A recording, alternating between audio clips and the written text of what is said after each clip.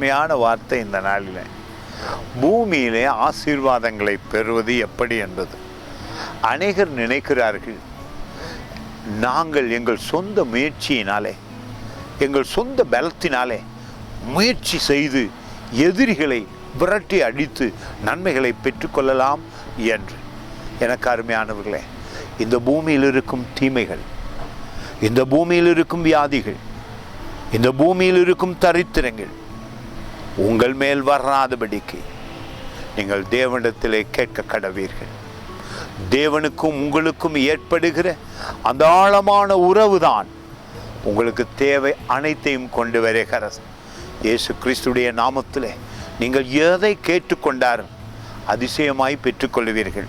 இந்த 4ஆம் அதிகாரம் யாக்கோபு புத்தகத்திலே 2வது வசனம் சொல்லுகிறது, நீங்கள் இச்சித்தும், நீங்கள் ரொம்ப ஆசைப்படுறீங்களாம், நீங்கள் இச்சித்தும் உங்களுக்கு கிடைக்கவில்லை, நீங்கள் கொலை செய்தும் பொறாமை உள்ளவர்களாய் இருந்தும் அடையாமற் போகிறீர்கள்.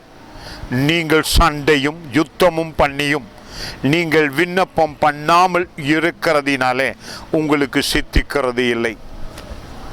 அநேக நேரத்தில் எங்களுக்கு நன்மை தேவை என்பதற்காக நாங்கள் பல முயற்சிகளை மாம்ச ரீதியாக எடுத்து விடுகிறோம். எங்கள் மாம்ச சிந்தை மரணம் என்று சொல்லுகிறது. ஆவியின் சிந்தையோ ஜீவனும் சமாதானமும். வேதத்தை கொண்டு கிறிஸ்துவின் நாமத்தினாலே நீங்கள் எதையும் கேட்கும் பொழுது பெற்று கொள்ளுகிறீர்கள். உங்கள் மேல் தேவன் அபிஷேகம் வைத்திருக்கிறார்.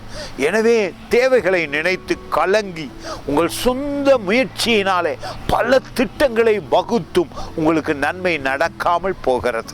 இயேசு கிறிஸ்துவை நீங்கள் இரட்சகராய் ஏற்றுக்கொண்ட உடனே ஒரு சூப்பர் நேச்சுரல் வல்லமை உங்களை உள்ளுக்கும் உங்கள் உடலுக்குள்ளே மாற்றம் கொண்டு வருகிறது. அதிசயம் நடக்கிறது. God bless you.